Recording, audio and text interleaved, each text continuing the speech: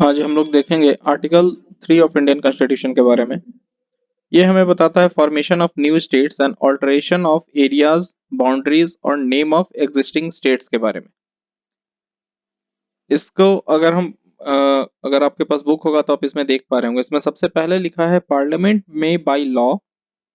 Sub clause 1 में लिखा है form a new state by separation of territory from any state और by uniting to और more states or parts of states or by uniting any territory to a part of any state।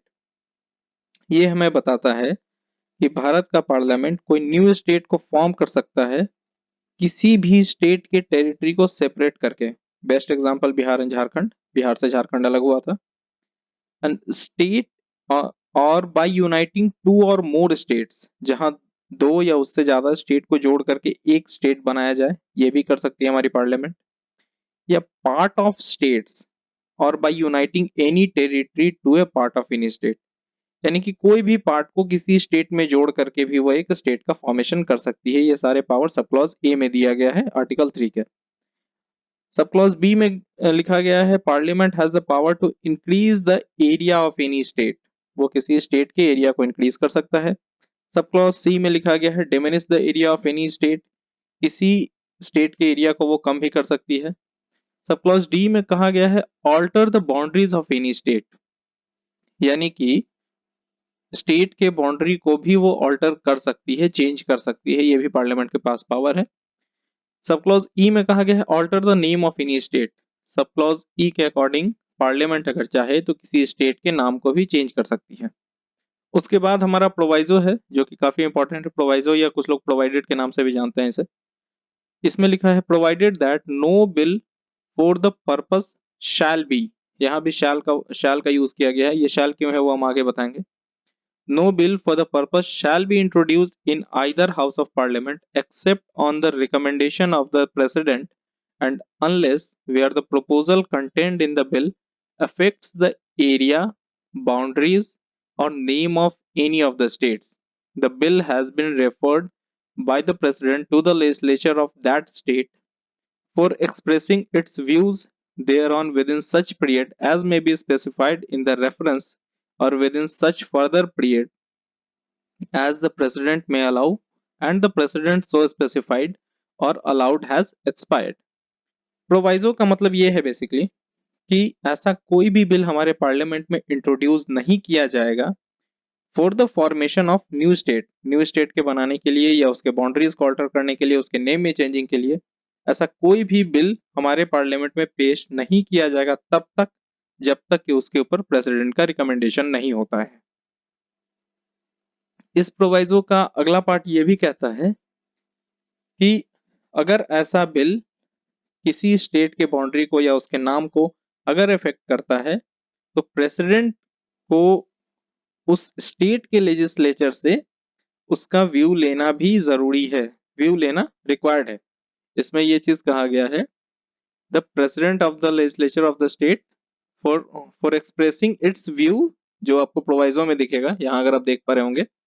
इसमें लिखा है bill has been referred by the president to the legislature of that state, यानी उस state के legislature को वो bill refer करना जरूरी है फॉर एक्सप्रेसिंग इट्स व्यूज। इसमें एक केस लॉ आया था जिसके बारे में हम पार्ट 1 के इंट्रोडक्शन में बताए थे, बाबूलाल पराठे वर्सेस बॉम्बे एआईआर 1960 एससी 51। इसमें यह कहा गया था कि स्टेट लेजिस्लेचर अपना व्यू एक्सप्रेस कर सकता है लेकिन वो यूनियन के ऊपर बाउंडिंग नहीं होगा। ये इस केस में हेल्ड किया गया था।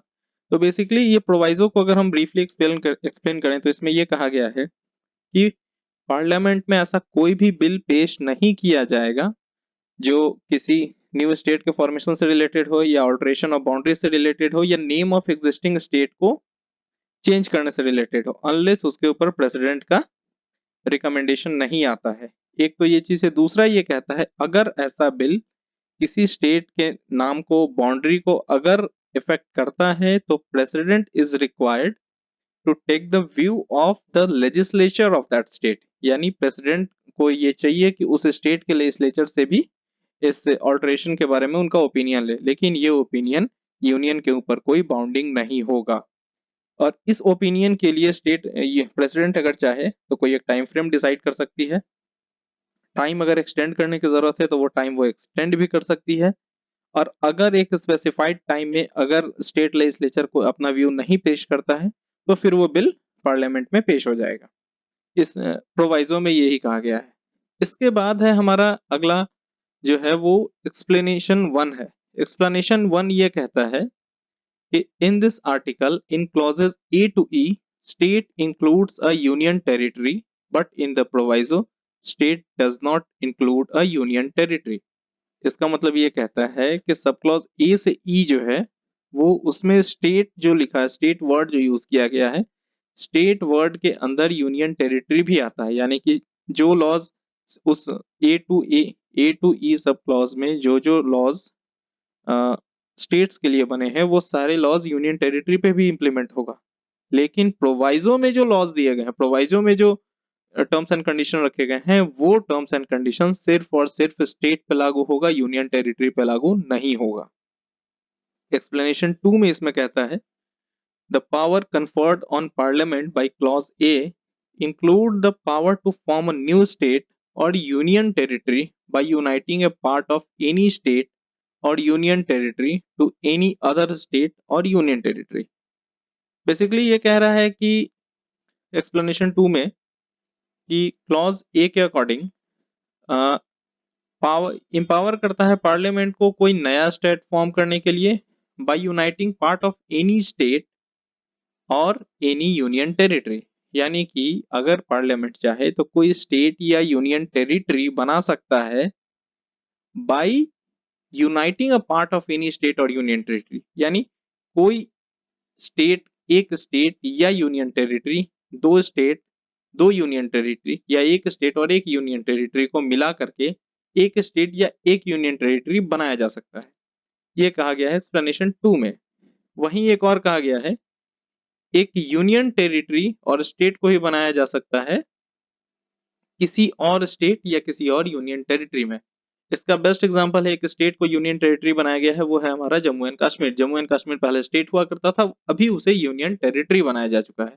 एक्सप्लेनेशन टू ये है। आर्टिकल थ्री जो है वो थोड़ा कॉम्प्लेक्स है, इसमें ट्विस्ट एंड टर्न्स थोड़ा ज्यादा है क्योंकि ये one of the most important, अगर इस पार्ट का हम आर्टिकल कहें तो वो गलत नहीं होगा। इसमें एक आर्टिकल थ्री से रिलेटेड एक केस लॉज और है, state of West Bengal versus union of India AIR 1963 SC 1241। इसमें यह कहा गया था कि पार्लियामेंट के पास पावर है to form a new state by separation of territory to a part of any state, increase the area, diminish the area. Basically जो हमारे आर्टिकल का पार्ट है वही चीज इस केस के थ्रू सिर्फ हुआ इतना था कि आर्टिकल थ्री को बेटर तरीके से एक्सप्लेन किया गया था कि क्या कुछ पावर है। आर्टिकल थ्री के अंदर स्टेट से रिलेटेड ऑलमोस्ट सारे पावर एम्बेडेड है। आर्टिकल थ्री में फिलहाल इतना ही है, इसके बाद हम लोग नेक्स्ट पार्ट में देखेंगे आर्टिकल फोर। Thank you.